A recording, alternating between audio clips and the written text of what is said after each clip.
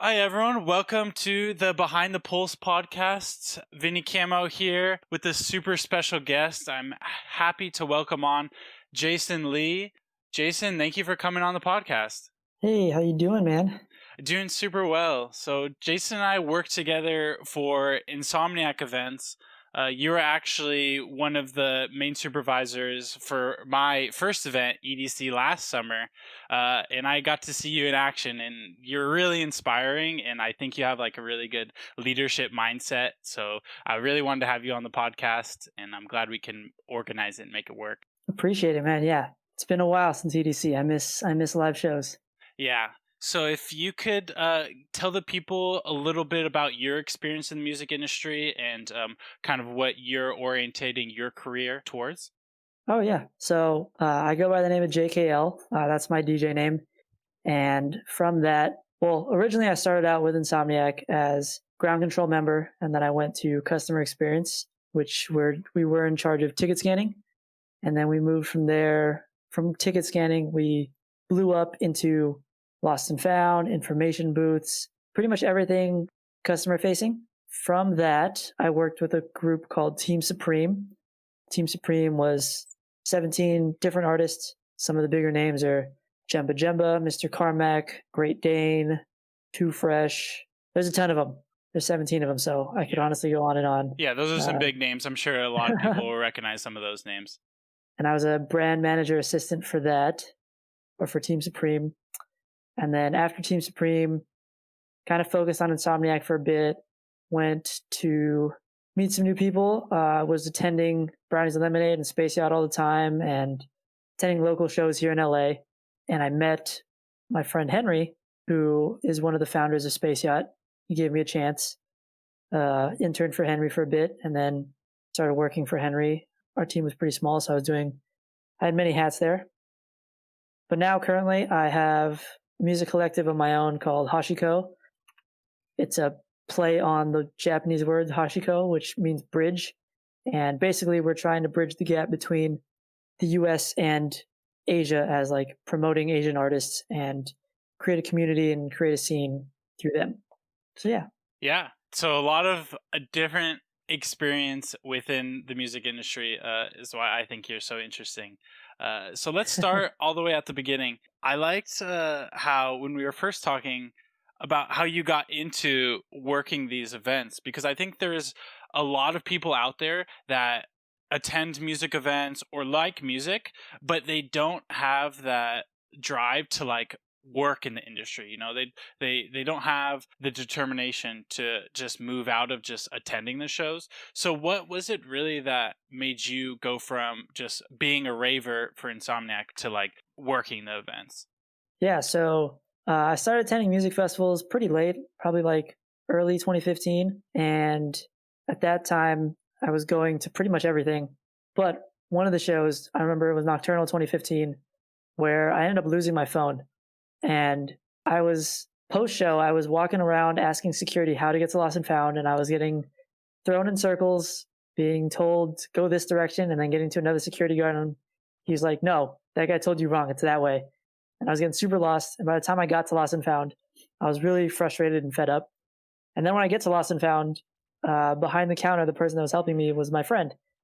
And I hadn't seen her for a few years. She was telling me all about her experience working with Insomniac, and I would love to give back to the community that has given me so much via attending. And she helped me fill out my application, resume, and all that stuff, and prepared me for the interview. And now I'm working for Insomniac. Nice. Yeah.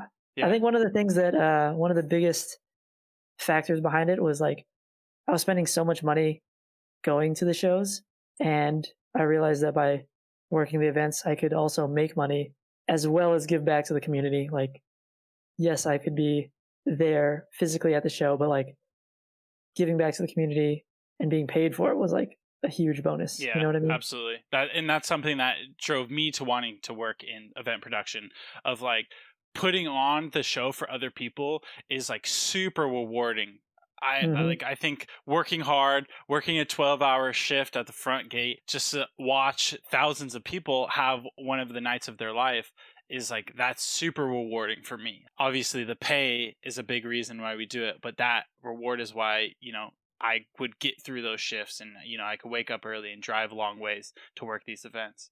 Exactly. Agreed. Yeah.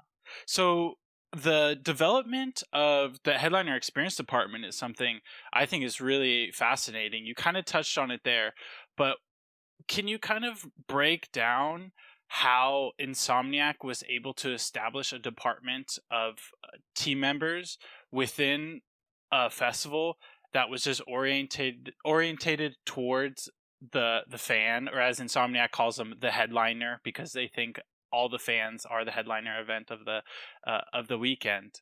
So, what was it like to go from a festival production company just putting on events, thinking about the basic necessities like how many toilets do we need, who's going to be DJing, to having things of like where when I came on the team last year of a headliner experience teams that had hundreds of workers just for small tiny things like lost and found, like the ADA entrances, like VIP info booths, people doing surveys and literally teams of a couple people walking around asking people questions. What do you think about this? What does this work? What doesn't work here? Why do you think it's necessary for an event production company like Insomniac to create a department like Headliner Experience that focuses so much on those fans for the event? I think it's great that Insomniac has a department specifically for their customers, because companies out there, they have customer success. They have different departments that are driven towards making sure that their customers are happy, are getting what they want, are satisfied with the experience that they're given. And especially in festival companies, I think it's a huge department because you get feedback directly from your attendees, your headliners in Insomniac's case. I think it's huge because if you go to an event and you just go, let's say you just stop going, the company never knows if you continue to go, if you liked the events, but you just couldn't afford it, what the issue was. They just know that you stopped coming. But if within our department, we're able to talk to people, see their experiences, see how we can better improve our services. I think the initial feedback is crucial. Definitely. Does that make sense?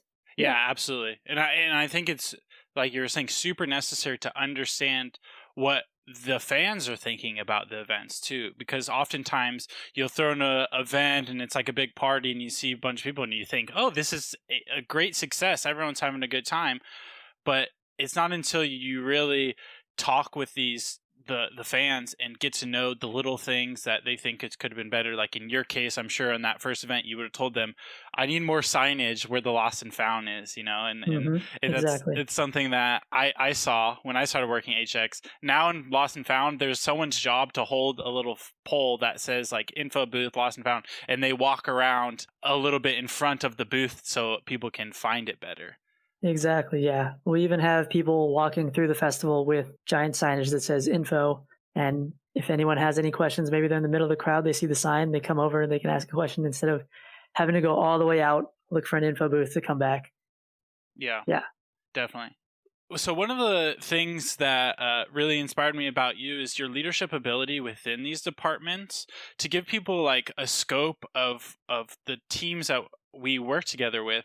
The headliner experience team for a festival would be around maybe 80 staff members and 25 supervisors, right? Does that sound about right? Depending on the show, yeah. Depending on how many people are attending. Vegas, I think, could get up to like a few hundred. Yeah.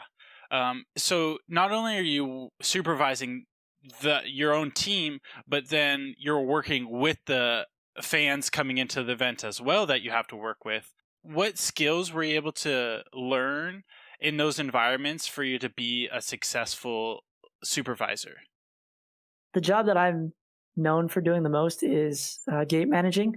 And as the gate manager, you're in charge of ticket scanning. You're in charge of the synergy between ticket scanners and ID check and wristband check. And you're also the synergy with security. Because like the entire front gate basically you have to go through all three to enter the gates, right? Yeah. And let's say security is getting backed up or ID check is getting backed up. It's my job to go talk to the security and ID check departments and figure out how can we facilitate this? How can we speed things up versus slow things down? Do we have to direct traffic to another entrance gate? Do we have to open up more lanes? Do we have to close more lanes? Like what's the issue here? And that was my main focus. So being flexible, because you never know what is going to happen. You don't know if it's going to have an IT problem, if your scanners are going to stop working because of the internet crashes. Yeah. Or maybe security's backed up and therefore the other lanes are going to be backed up. Being able to be flexible and to talk it out and just give suggestions and not necessarily like, this is my gate, I have to make the decisions, but like have a conclusive agreement between the three parties out there that like, this is how we're going to handle it, and just making sure that everyone's on the same page. I think being flexible is the biggest thing. Yeah. Let's see, what else? Definitely. Besides being flexible, I think knowing when to be like firm and stern versus agreeable. There's a lot of times when the gates are super heavy, like traffic flow is getting up there, that you have to know the difference between sending someone to ticket help or talking to them and listening to their story. So a lot of times people will try and tell you a story and try and tell you like, oh, I bought my ticket from this and this and blah, blah, blah, and it's not working and I don't know why. And sometimes you just have to say like, hey, just go to ticket help. They'll take care of it over there and try and keep your lanes flowing. Yeah. Working the front gate at an event is definitely, you learn how to tell if people are lying to you. That's something I quickly figured out. It's like, wow, I got to figure out who's lying to me and who's telling me the truth here. But I definitely like what you were saying about all the different people that you're interacting with and like the communication between those gaps and bridging those gaps, because there are a lot of different people you have to work with that don't have the same necessarily objective in mind, because obviously the security department, just thinking about keeping people safe, well, as opposed to one of the ticket scanners at the front gate wants to make people happy and wants to facilitate people to have a good time. So I think that's where that flexibility really helps you thrive there, and I could definitely understand why you focus on that. Yeah, definitely. Okay, cool. So I think that's a pretty good overview of working these big festivals and working these big events. And for the scope of it, I think it's important to say for a festival like Countdown, we're talking 70,000 people coming through these gates that you're watching over. So there's definitely a lot to be supervising there, right?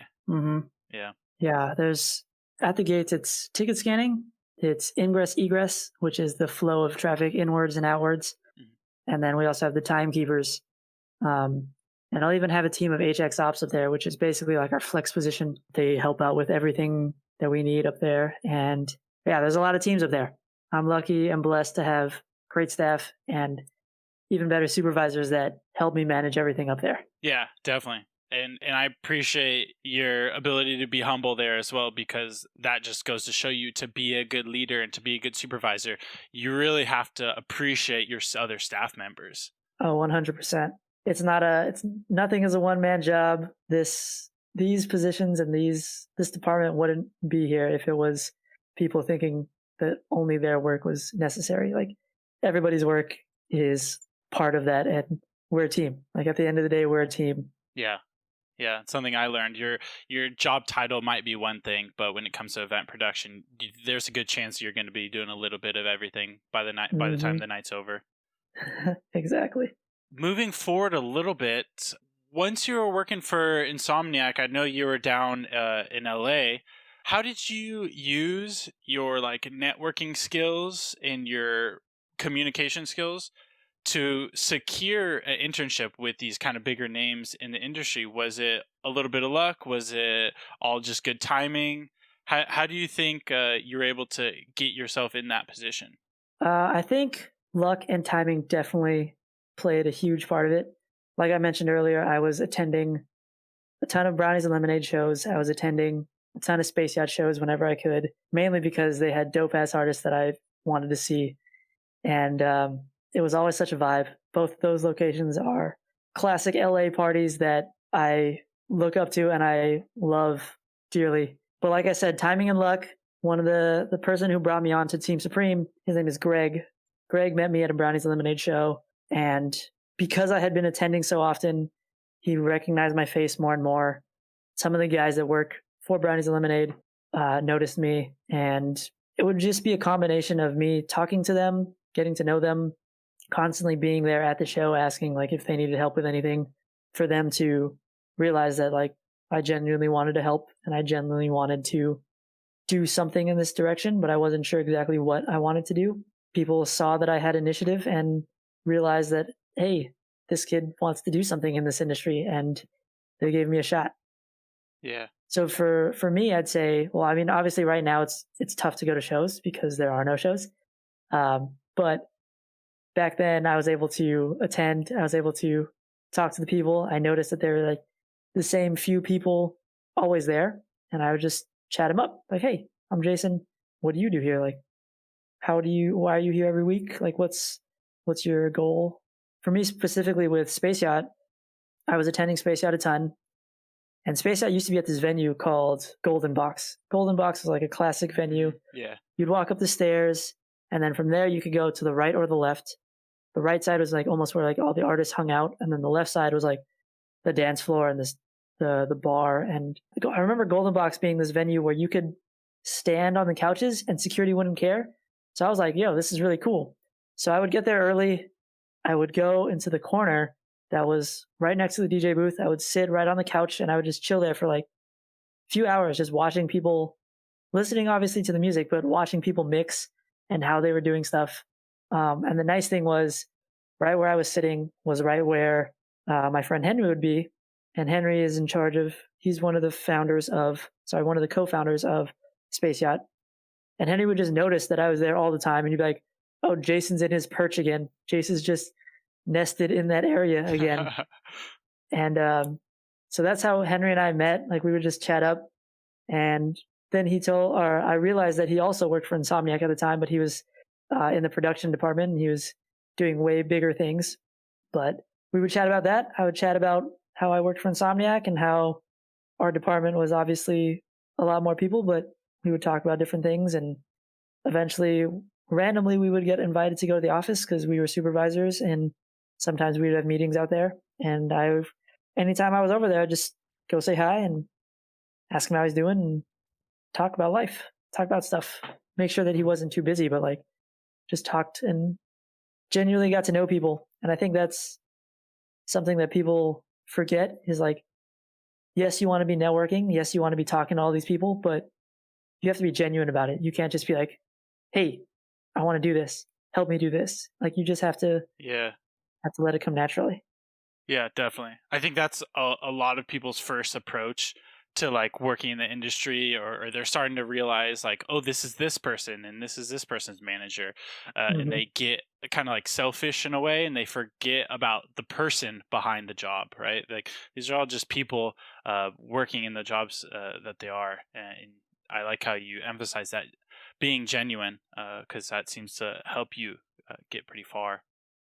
Yeah, man. Like, everybody breathes. Everybody goes to the bathroom. Everybody's got to eat and drink water. And at the end of the day, we're all human beings. Yeah, definitely. And I like how you talk about persistence with these people and going to these events early and having a clear mind and being able to talk with them and just kind of repeating that over and over, having perseverance and networking with these people, allowing you to get a position with them or get an offer from them without necessarily asking for it. Like being in the right place, right time, and they just think of you. Yeah. I think that one of the biggest factors was the fact that I was actually here in LA, because a lot of times they'll be short staffed and they'll just think like, who can I ask for help? Like, who's in the area that can be here in the next half an hour to 30 minutes or 30 minutes to an hour. And the first time I worked for Henry was 2 years before I actually started working with Henry. And they had a show. It was It was at this club called the Reserve, which is it's like a former bank turned into a nightclub. It's kind of crazy. Oh, sounds But cool. yeah, but he knew that I had experience working the gates at Insomniac, and he was like, "Hey, I need someone to help run my door, like for the night. The person that originally was going to run the door, like, can't make it." And I ended up working the door, and it was great. I think that being available and being around and knowing that, or having them know that you're someone who can be trustworthy and genuine with them, really helps them think about how, like, oh, if I'm in a pinch, I can call on this person. You know what I mean? Yeah, exactly. Build yourself as someone that's accountable, and someone that is a hard worker without necessarily saying those things, right? If you just Yep. say to someone, "Hey, I'm a really hard worker. You should hire me," they're gonna think, "I don't know you." Like, yeah, you could just be saying things off your resume. I got to see it for myself, obviously. Exactly. I like how you mentioned Henry as your mentor because that's something that I found is extremely vital for success in almost every industry, but especially the music industry because, like they say, it's all about who you know, but more so, it's all about who knows you. So, Yep. could you talk a little bit about the role of having a mentor when you're early on into building a career in the music industry and maybe some possibilities of avenues that how people can go about finding those mentorships? Yeah. So my first mentor, his name was Greg. He's the guy who got me into Team Supreme, and him and I are still very close today. I actually just talked like 2 days ago. But Greg, he kind of filled the role of, let's say, a manager for an artist. He was the guy who was introducing me to people. He was the guy who's already been somewhat established, and people knew that he could handle stuff. So he was the one helping me get my foot in the door, introduce me to all these people that were doing really cool things in LA, and taking me to shows and just getting my name into people's brains. So that I met him through Brownie's Lemonade and Space Yacht and just attending stuff. So like obviously to find your mentor, you've got to find someone who's similar to you, but also can push you and maybe a bit further along in the industry. Yeah. But it wouldn't have worked out if we weren't also friends. Like if he was just some guy that I didn't get along with and didn't think that I was a nice person, it wouldn't have happened and we wouldn't be where we are today. Same thing with Henry and my other mentor is Chad from Brownie's Lemonade. And if they didn't think that if I was worth their friendship, then I wouldn't be, I wouldn't be where I am, but I would also not be like, they would say like, why would they spend their time talking to me? Or, you know what I Yeah. mean? Like Yeah. you still have to foster the friendship and you still have to be a good Trust you. person to them. Yeah. And they have to Yeah, trust you. exactly. Yeah. 100%. Yeah, it's something that I'm fortunate enough to have some mentors. I know you're close with Sean Kaufman. Sean actually went to the same college I did. We graduated from the same program. He was just several years ahead of me. And luckily, that's how we met. And I instantly could tell he was someone who was super smart and capable and successful. And I approached him just like you were saying, very genuine, just trying to come across as a nice young guy, trying to learn something. I was not trying to take anything from him or Hmm. deceive him in any way. I think a lot of people think in order to become friends with someone who's successful, they have to like lie to them or deceive them in ways. But in reality, I think the true meaningful connections with people that are going to push you are going to come naturally and they're going to be based on honesty. I don't think it ever is going to work out for you if you find someone, oh, like, please help me get a job. They're probably not going to do that for you. Yeah, agreed. I think that one of the things that the industry has taught me is there's so many people out there that one think for themselves and two are just looking to just get ahead. And in my experience, they don't get that far. Yeah. Especially if they're Yeah. trying to push people down while they get ahead. Hmm. The thing that I've realized the most is you've got to find your team and you've got to build your team up. And if you are lucky enough to find a lot of team members, that's great. But if not, you just got to find the people that care about you and actually want to see you succeed. and support them as much as you can. Yeah, absolutely. Absolutely. So, on kind of the edge of these people that you were starting to get connected with, once you were like put into that kind of more assistant role with Team Supreme and like working with these big name artists and who are probably pumping out all these streaming numbers and getting some good revenue that you were kind of being a part of, what were like some of the mindsets of those bigger names within the management staff that you saw that they all had? Like, were they all super driven, determined, waking up at 6 a.m., not going to sleep until 2 a.m. types? Or was it more like casual, laid back? Like, I guess what I'm asking is, like, what mindset did you see that these professional, successful people in the Team Supreme, like, what did they all share? So Team Supreme has 17 artists, right? Yeah. But the brand Team Supreme was separate from the actual artist side.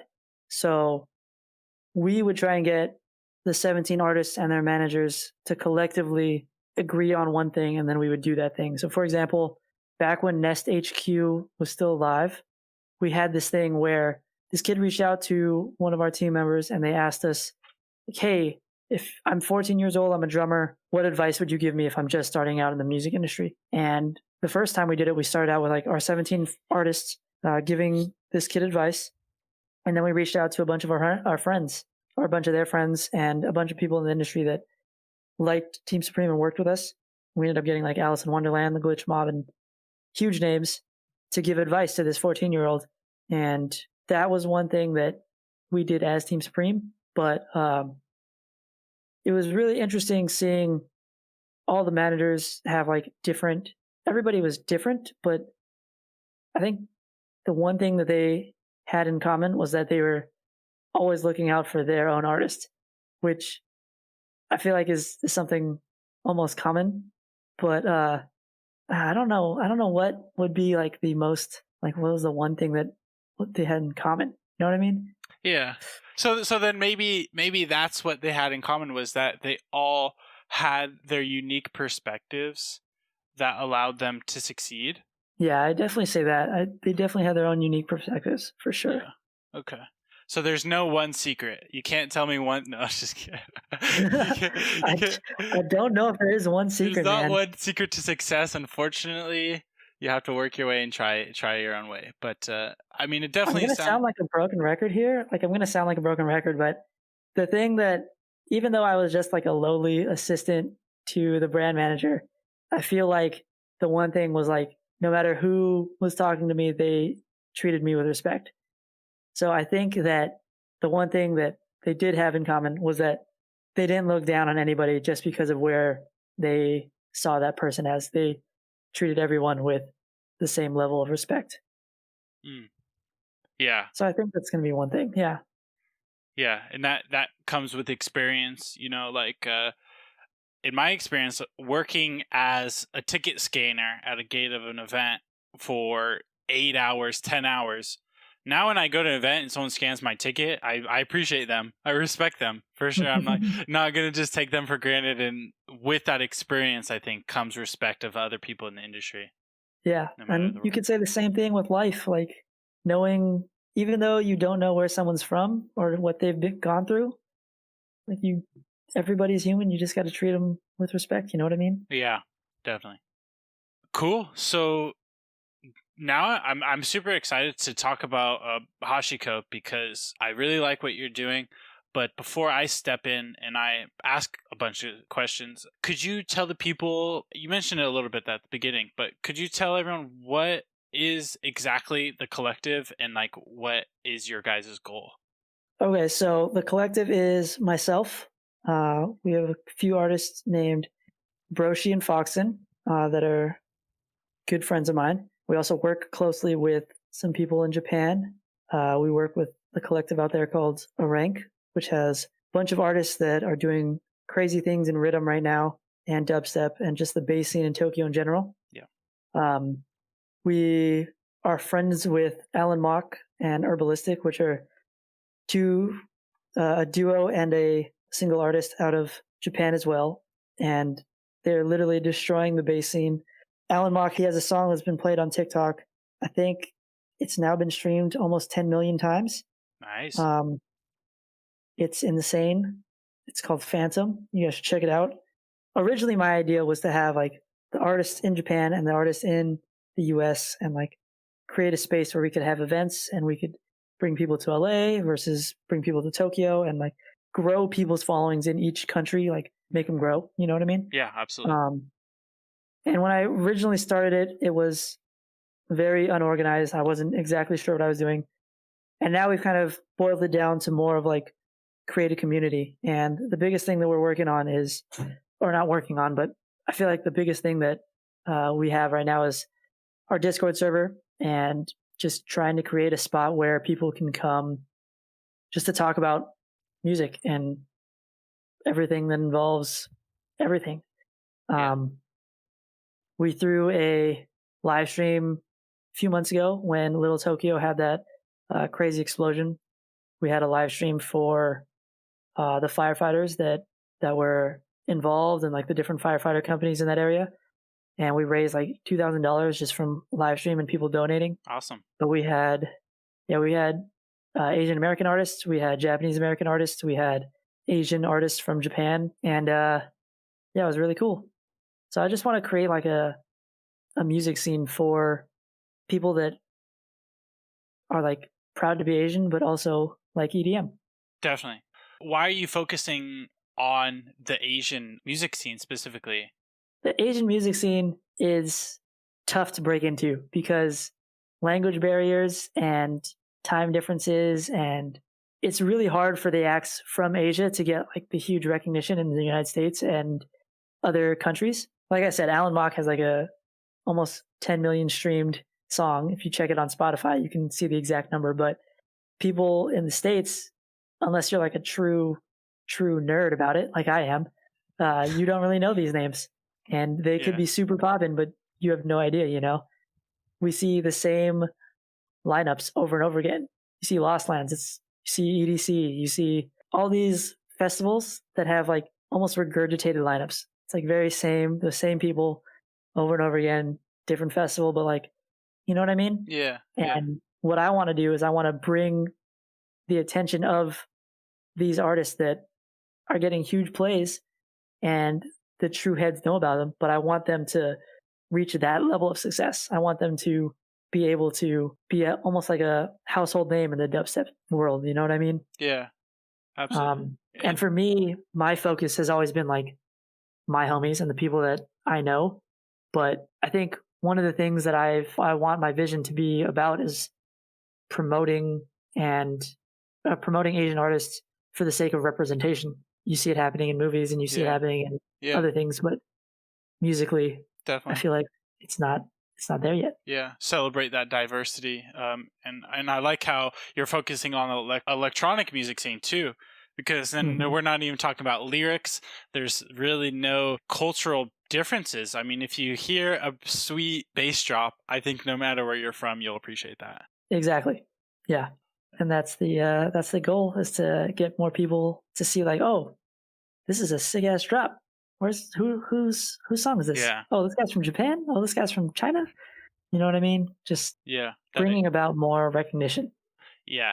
And I really appreciate it. And that touches me on a personal level because I lived in Barcelona and I studied abroad and I went to Spain and I was involved in the electronic music scene there because I love techno, right? So I was like, okay, I got to go to Barcelona because I want to check out what European techno is like.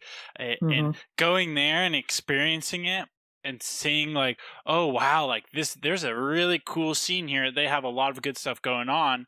Why hasn't any of my Californian friends told me about this name or talked about this style even? You know, I think it's really important as music makers and managers to push those boundaries and connect those bridges, which is why you named it Hashi Co, right? Exactly. Yep. I agree. Yeah. This might be a difficult question to answer, so I'll try to ask it slowly. You talked a lot about some really good innovative techniques to promote the collective and also to find success. Could you talk a little bit about the methods that you're using in order to find success? For example, live streaming, you mentioned Twitch streaming, you mentioned using TikTok marketing campaigns, you even mentioned. What are you guys trying to do, and you specifically as one of the managers of this collective, in order to push the collective to find success in the new age, in a modern way? Yeah, okay. First off, I do have to state that Alan Mock and us, we're just homies. I had nothing to do with his TikTok blow up. That was just Yeah. his music being No. super dope. But yeah, we've been doing a lot of live streams before the Twitch DMCA stuff happened. It's been tough in 2020 to try and figure out what is going to be the next play, but we're just trying to continue the conversation and get people interested in the artists. And I think the easiest way to do that is through general communication. Yeah. Talking with someone is the fastest way you're going to get them interested in what you're doing. Like, you can go up to random people and you can say, "Hey, check this song out." But unless they really know you and unless they are really interested in what you're doing, they're not going to pay attention. It's like the people, like when you go to Vegas and you see the people on the sidewalk that are like, "Hey, buy my CD. It's fire." A lot of times people just walk past and don't even do anything. Yeah. But unless you sit down and have a conversation with them and then you realize like, "Oh, they're actually really cool. I'll check out their stuff." And I think the one thing that we're really doing that I want to do more of is getting our artists onto the Hashi Co Discord and just chatting with people. Yeah. Because we have a good following and we just want to grow that following and have people be interested in what we're doing, you know? Absolutely. And I think we're seeing the rise of Discord communities and even some techniques like having direct SMS text messages marketing campaign. I know some big name artists started doing that just in the past few years of being able to directly text to their fans. And so Yep. that's why I really like the Discord technique of being able to have different channels to talk about. It doesn't have to just be all about music. I'm sure you guys do some other channels on there and some more casual stuff as well, right? Yeah, it doesn't have to be about music. We have a channel that's all about like art and just visuals. And let me go on it right now. Let me tell you all the channels. We've got a channel for each of the artists. We've got a channel for talking about music just in general. We have one for live streams. We have one for memes, one about gaming. We have a whole production tab. But yeah, you can literally just talk about anything in here. Yeah. Yeah, going back to the text feature, shout out community. They're like the leaders of the direct text Yeah. to the fans. I think that's the biggest thing is genuinely creating a connection to your fans. A lot of people have been able to get big off of festival bookings and seeing people play live, but now that there are less shows and it's harder to do that, now's the time to really, almost like when you're at when you're working as a ticket scanner and the line has to stop. What do we always tell our staff? Like, "Hey, now's the time to go chat up the headliner Yeah. and just entertain them." That's basically where we're at right now with 2020 in the music scene. Is we're at the point where there's no shows, people aren't entering the festival anymore. So now is the time to actually get to know and talk to your headliner and see what they want. Like, how are they doing? Who are they here to see? Like, what kind of music do you listen to? Yeah, that's Really really get to know them. interesting. Yeah, and I think that's a fascinating perspective. It's like, how can, as an artist, you get more fans if you can't have them come to one of your shows?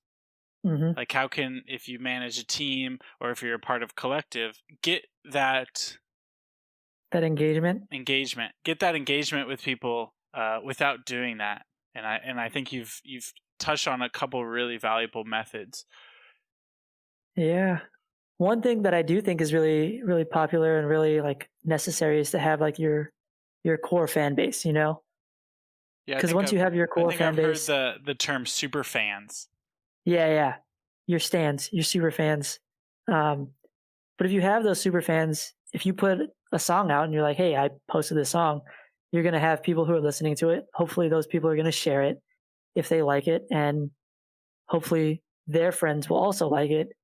And it just grows from there. But I think the biggest thing is consistency. You have to be able to consistently put out stuff that they want to interact with. And sometimes I think the easiest way to do that was through festival bookings and through large shows. But now that that's not here, you have to come up with new ways to connect to those fans. And I think Discord is going to be huge for that.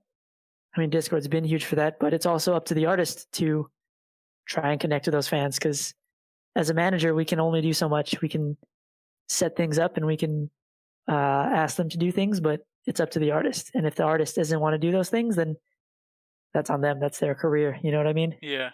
Cool. Well, we mentioned live streaming a little bit. I know you have your own Twitch channel. I'll link that in the description of this video so people can check you out. Thank you. Thank you. How do you think live streaming has affected the music industry? Ooh, okay. I think that live streaming could have been super huge. It had right on the verge of when COVID started popping up in the United States and being like super, super prevalent.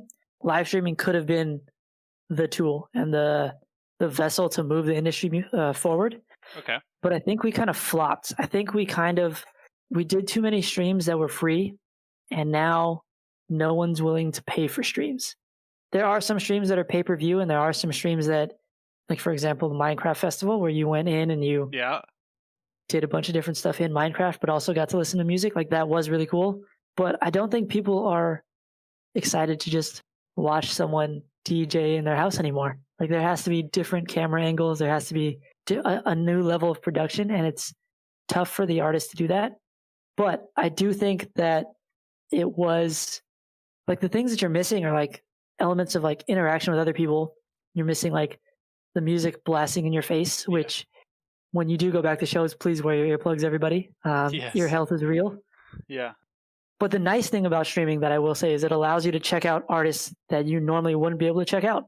Like, for example, the artists from Japan. Like, a lot of my friends in California, when I had that stream, they were like, yo, these guys are sick. Why are they not bigger? And I'm like, dude, they're landlocked in Japan right now. You don't know them because you don't know them. Like, no one out here is going to promote them. They're not going to shows here. It's not like 4 years ago when I would see Jai Wolf at the Yoast and then Jai Wolf at like the Roxy and smaller venues, and now they're huge names. It's like they're non-existent in the United States because they're not getting shows, and you're not going to see them, and you're not like, oh hey, that opener was for this guy and now they get their own show. Like that's really cool. I'm gonna check that out again. But live streaming and Twitch streams in particular, I think it's helped more people see newer and different artists around the world.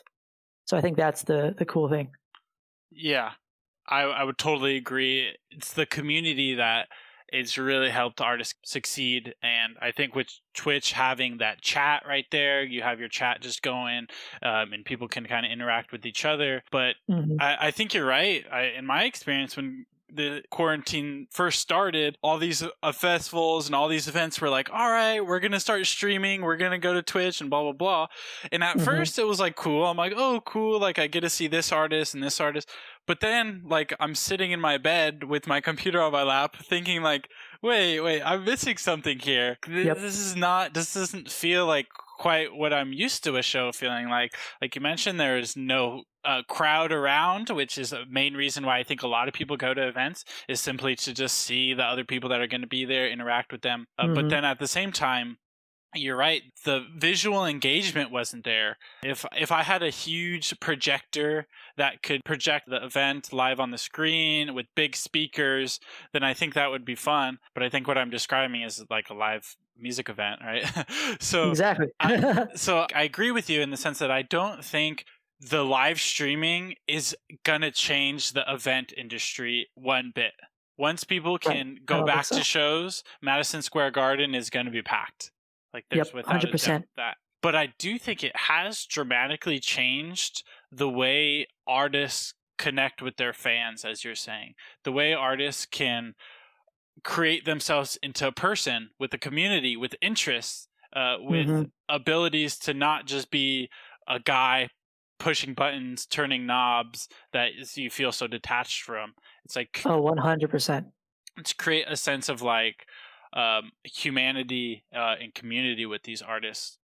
Yeah, that's one thing that it's great that some of these streams are pre-recorded, because the artist is able to be in the chat and just communicating with the fans when the fans are like, "What is this ID?" Or if you're in the dubstep scene, "What is this dub plate?" Which basically just means like, "What is this song?" Like, I don't know what this is. The artist can just be like, "Oh, this is my new tune with X and X or such and such," and it's coming out in, I don't know, whatever, how many days, and you should check it out here. Or you can just interact and just talk with people.